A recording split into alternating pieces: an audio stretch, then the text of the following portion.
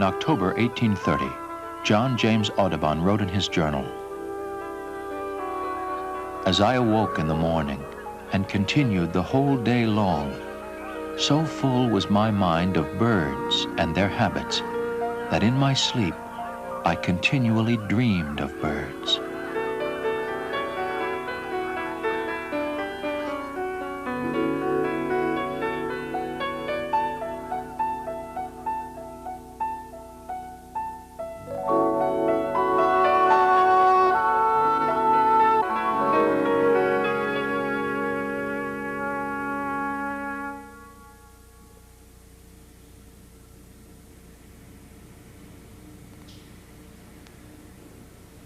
John Wilmerding, Deputy Director of the National Gallery of Art.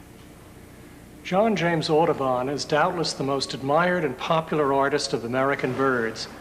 The major work of his life was the double elephant folio of colored engravings produced between 1826 and 1839. Only two complete unbound sets exist today. One is in the Darwin Museum in Moscow, and the other is here in the National Gallery of Art in Washington, D.C. 435 plates comprise Audubon's famous publication, The Birds of America. Each plate reproduced an original watercolor painting and was a hand-colored impression from a copper engraving. Audubon's birds, seen collectively, show an extraordinary range of types and even personalities. His impulse is to record and categorize all the species of American birds, and that reflects an intellectual attitude prevalent throughout much of the early 19th century, one that linked art with science. In aesthetic terms, Audubon's work has the clarity and balance of neoclassicism, but for scientific purposes, his representations were often considered too dramatic. This mockingbird drawing was criticized because the rattlesnake was thought neither to climb trees nor to have such fangs. But Audubon's veracity prevailed. His art was true both to itself and to his observations of nature.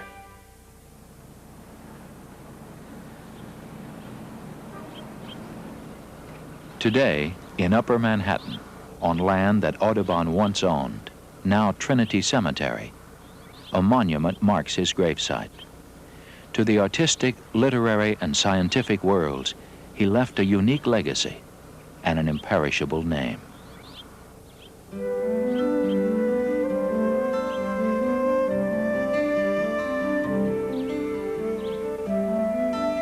Audubon's greatness as an artist was based on a deep feeling for nature which developed early in his childhood. His father, a French sea captain, owned property at Mill Grove near Philadelphia. At the age of 18, Audubon came to America from France to avoid conscription into Napoleon's army and to manage his father's business interests. Mill Grove today is a museum and nature center, marking the place where Audubon initiated the first bird banding experiments and where he developed his method of using wires to hold birds in lifelike positions for his drawings. In 1808, Audubon married Lucy Bakewell, daughter of William Bakewell, a neighboring landowner. The Bakewells had come to America from England at the onset of the Industrial Revolution. At the turn of the 19th century, America held the promise of limitless opportunity. Thomas Jefferson's Louisiana Purchase made westward expansion a national policy. Audubon, with Ferdinand Rozier, a business partner, thought he could improve his fortune by joining the westward movement. Audubon wrote about these early days in America in journals which he kept throughout his life. "After my marriage," he said, "Lucy, Rozier, and I set out together. At Pittsburgh, we gained access to the Ohio River, where, in the company of several other young families, we floated down to Kentucky. We opened a large store at Louisville, which went on prosperously when I attended to it. But then, as now, my thoughts were ever and anon turning toward birds. I shot, I drew, I looked on nature only. Beyond this, I really cared not." From 1809 to 1819, the years Audubon spent as a storekeeper in Louisville, and then later in Henderson, Kentucky, his drawing continued to improve. There was better rendering of detail, and the three-dimensional quality of his birds was greatly enhanced. From the start, Audubon's drawings displayed a marked preference for the profiles and silhouettes of forms, a strongly linear style, reflecting conventional scientific renderings of the time. Audubon's fishhawk, or osprey, probably drawn at Mill Grove, suggests that it was done after Audubon had devised his method of wiring dead birds. This method allowed him to arrange his subjects in animated poses according to their habits as he had observed them. Up to 1819, Audubon's compositions contained very sparse backgrounds, usually only a tree branch and thinly painted leaves. After 2 years, the store in Louisville was failing. The partners decided to move further down the Ohio River to Henderson, Kentucky. Audubon's first son, Victor, had been born in Louisville, and another, John Woodhouse, in Henderson. In the years following the War of 1812, life in the towns along the Ohio River reflected the benefits of a booming economy, and families enjoyed the comforts of improved conditions. For 9 years, Audubon continued in business, and for a time had a relatively prosperous life. He invested in the construction of a steam-powered grist mill. By 1817, however, the economic situation had deteriorated. The mill drained Audubon's capital, forcing him into bankruptcy. Audubon's despair was such that even the delight of birds could not brighten his spirits. As he wrote in his journal years later, "Henderson and all the world around assailed me with its invective. The once wealthy man was now nothing. I parted with every particle of property. Nothing was left to me but my humble talents." He went to Louisville, where he began doing black chalk portraits, and within a few weeks he wrote, "I had as much work as I could wish." Several of Audubon's portraits done in Kentucky between September 1819 and February 1820 still exist today. The first, like those of his early bird drawings, are rather stiffly drawn profiles. But during this period of financial desperation, he summoned the most of his talents, and his ability to draw rapidly improved. Portraits continued to be a source of income for him until 1839, when he completed the Birds of America. Portrait painting was a staple for American artists throughout the early 19th century. Like other itinerant painters, Audubon traveled from house to house to carry out his commissions. In the spring of 1820, Audubon made his way to Cincinnati with the offer of a job at the Western Museum. Cincinnati was a flourishing economic center and the largest city west of the Alleghenies. Housed in the elegantly designed Cincinnati College, the Western Museum provided Audubon with an opportunity to exhibit his bird drawings. Here he received the first public recognition for his skill as a draftsman.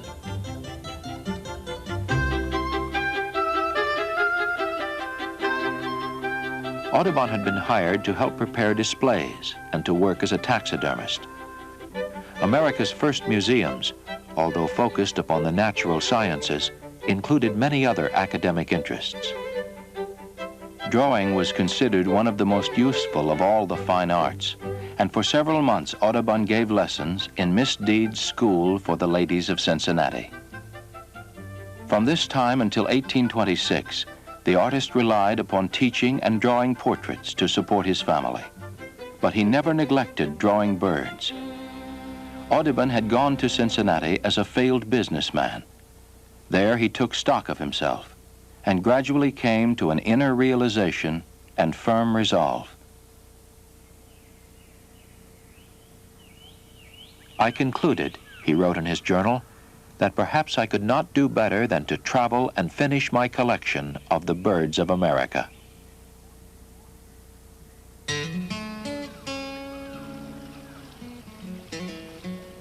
On October 12, 1820, with his wife's good wishes, he left Cincinnati on a flatboat bound for New Orleans. On the trip with Audubon was Joseph Mason, a boy of 13 who had been his student in Cincinnati. Young Mason had a talent for drawing tree limbs and leaves and assisted Audubon in doing the backgrounds for his birds. The journey down the Ohio and Mississippi rivers, over 700 miles, took 3 months.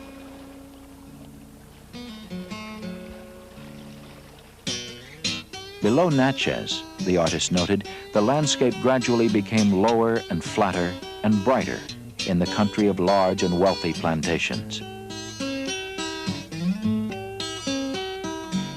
Audubon arrived in New Orleans January 7, 1821. By this time, nearly 2 decades after the Louisiana Purchase, the city was one of the most colorful and prosperous in America, bustling with speculators and adventurers, boatmen and travelers from the river, and with many artists as well. John Wesley Jarvis and John Vanderlyn, leading neoclassical painters, were there at the time, and Audubon paid them a visit. Vanderlyn's clientele were the most fashionable families of the city. Although initially condescending toward Audubon, Vanderlyn wrote a recommendation of the bird drawings, which he said were done with great truth and accuracy. Audubon did a few portraits while in the city, but it was birds that he sought. Late in June, he accepted a position as tutor to the daughter of a wealthy landowner, and with Joseph Mason, he left for Bayou Sara. Reaching St. Francisville at the mouth of the bayou, they followed servants sent to care for their baggage. The 5 miles they walked seemed short to the artist, who enjoyed the wonders of the landscape around them.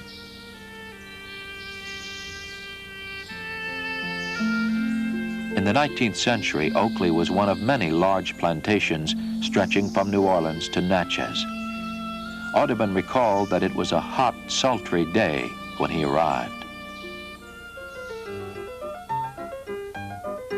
Mr. and Mrs. Peary had employed him to give lessons in drawing, music, and French. Eliza Peary was a girl of 15 at the time. Audubon thought she was prideful and required too much praise on account of her vanity. Mr. and Mrs. Peary were generous enough, though on occasion Mrs. Peary gave way to a bad temper. In contrast to the spaciousness of Oakley, the artist and his assistant shared a small room below a stairway at the back of the house. With a steady income and the modest comforts afforded him, Audubon spent his free time hunting and drawing his cherished birds. Nature in this area was filled with surprises for him. He thought it miraculously different in so short a space from New Orleans.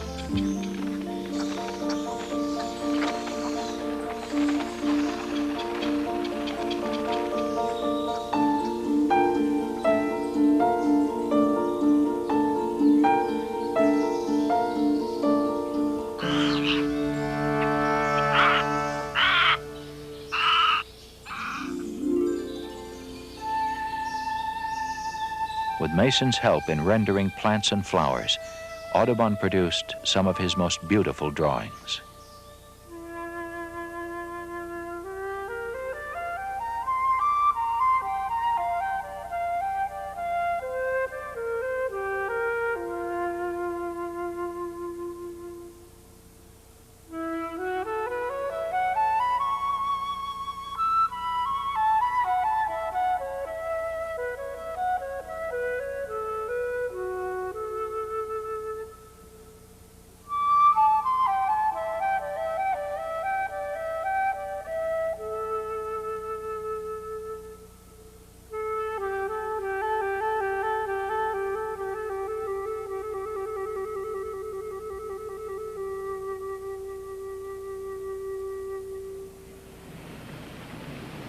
Any study of Audubon's work requires a visit to the New York Historical Society. Founded in 1804, about the same time Audubon was doing his early bird drawings, It contains today a museum of American history with extensive collections of decorative and fine arts. The Society owns all but 2 of Audubon's original watercolor drawings for the birds of America. Here we can study the entire range of Audubon's accomplishments.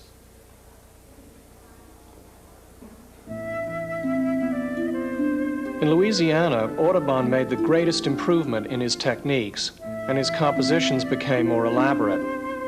Audubon drew the birds first, now usually a pair of adult birds, then selected the plant or tree limb, which Mason carefully copied. In this manner, Joseph Mason supplied habitats for more than 50 bird drawings before leaving Audubon to return home.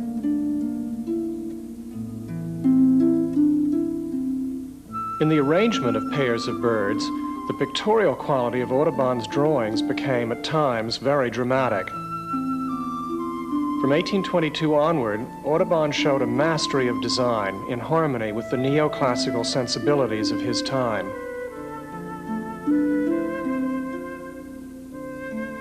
The New York Historical Society purchased all the original drawings from Lucy Audubon a few years after her husband's death. Throughout the artist's life, Lucy had unfailing faith in his talents.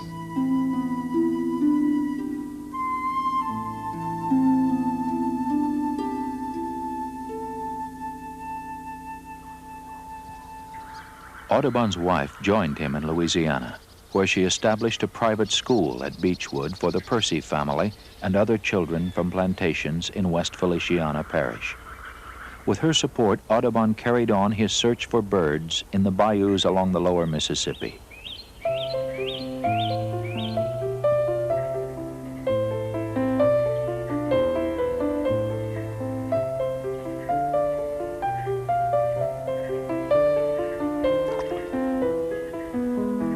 After nearly 2 decades of struggling on the American frontier, in the spring of 1824, the artist was ready to return to the East with his collection of drawings.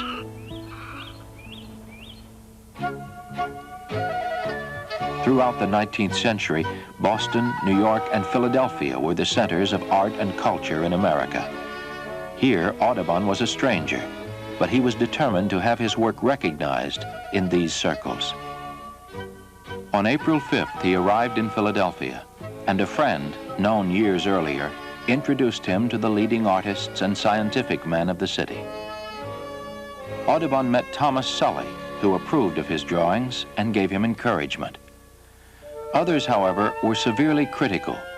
George Ord, who had a personal interest in publishing the work of the late Alexander Wilson, an eminent ornithologist, became an implacable adversary and the source of extreme opposition to Audubon.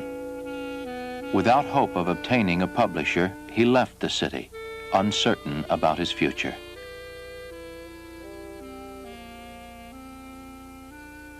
For the next 14 months, Audubon traveled in the East. He went to New York, then to Albany, and to Niagara Falls. He thought about doing landscapes, but conceded his limitations as a painter on that scale. At 39, Audubon was essentially a self-taught artist and naturalist. In the scientific community, he had no credentials. Yet he was determined to show the world the birds of his beloved America as he had depicted them, in natural attitudes, in their native habitats.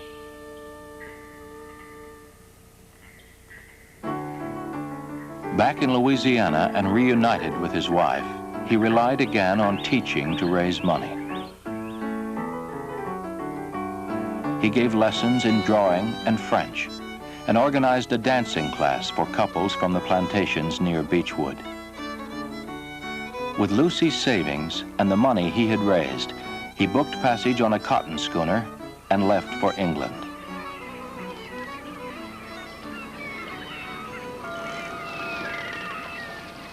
Audubon arrived in Liverpool Harbor on July 21st, 1826.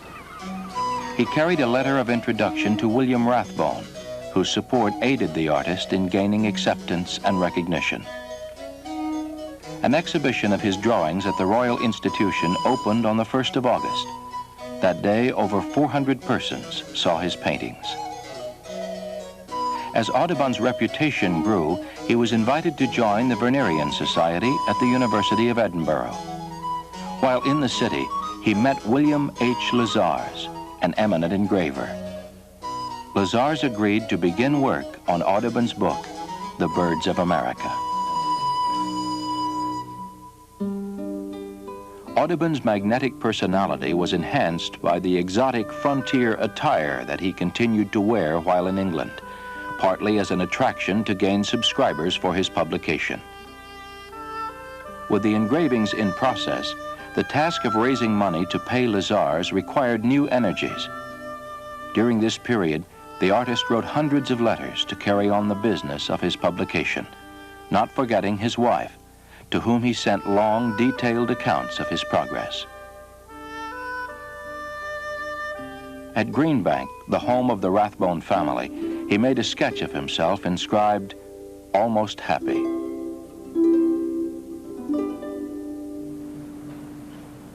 The Birds of America would ultimately be bound into 4 volumes. The New York Historical Society owns a complete set. The first 3 volumes contain 100 prints each, and the 4th has 135. In one of his letters to Lucy, the artist reported on the prints that had been made. It is now a month since my work was begun by Mr. Lazars. The paper is of unusual size, called double elephant, and the plates are to be finished in such superb style as to eclipse all of the same kind in existence.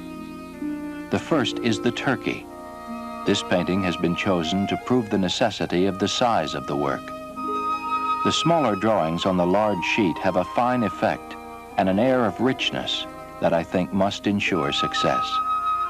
Lazars had completed 5 plates when his colorists, an artisan group engaged in hand tinting the engravings, all went on strike.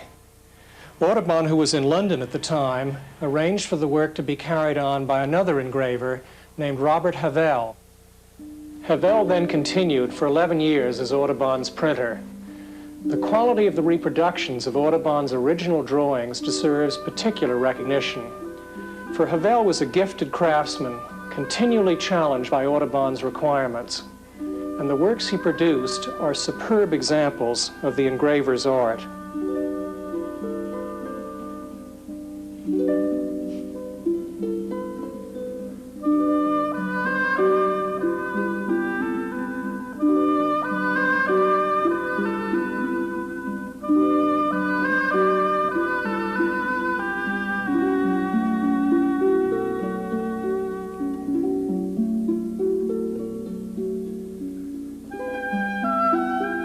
From 1829 until the last plates of the Birds of America were completed, Audubon crossed the Atlantic 3 times in order to keep up the supply of original drawings for his engraver. Assisting him in New Jersey and later on a trip to Florida was George Lehman, an accomplished watercolorist from Philadelphia. Lehman provided some of the most elaborate scenic backgrounds for Audubon's birds. From 1831 on, Audubon was aided by his wife and 2 sons. Lucy helped her husband with his correspondence and also wrote down his observations on American birds, published separately as Audubon's Ornithological Biography. Victor, his oldest son, supervised Havel's work, and John Woodhouse assisted in drawing backgrounds.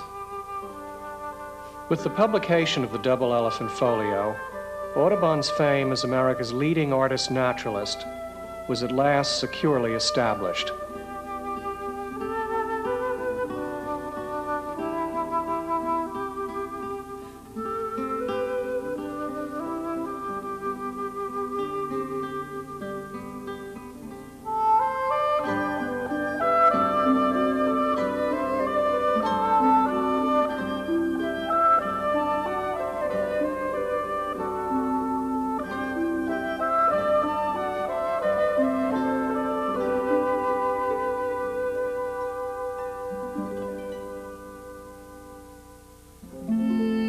In his later years, the artist enjoyed both recognition and prosperity.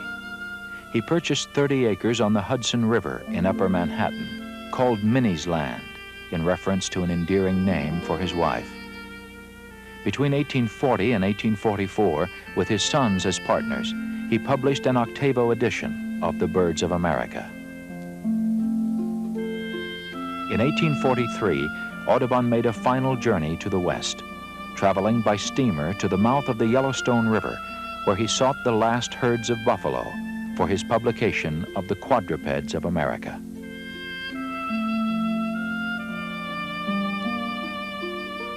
The western regions at mid-century embodied the continuing identification of America's destiny with its geography.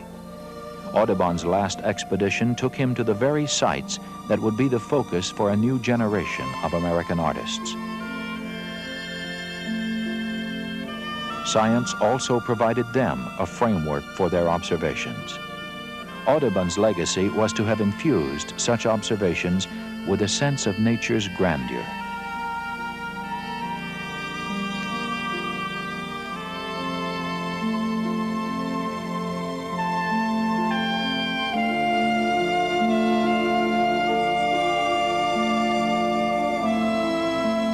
Late in his life, Audubon wrote, "As so many times before, I marvel at nature when dawn presents her, in richest, purest array.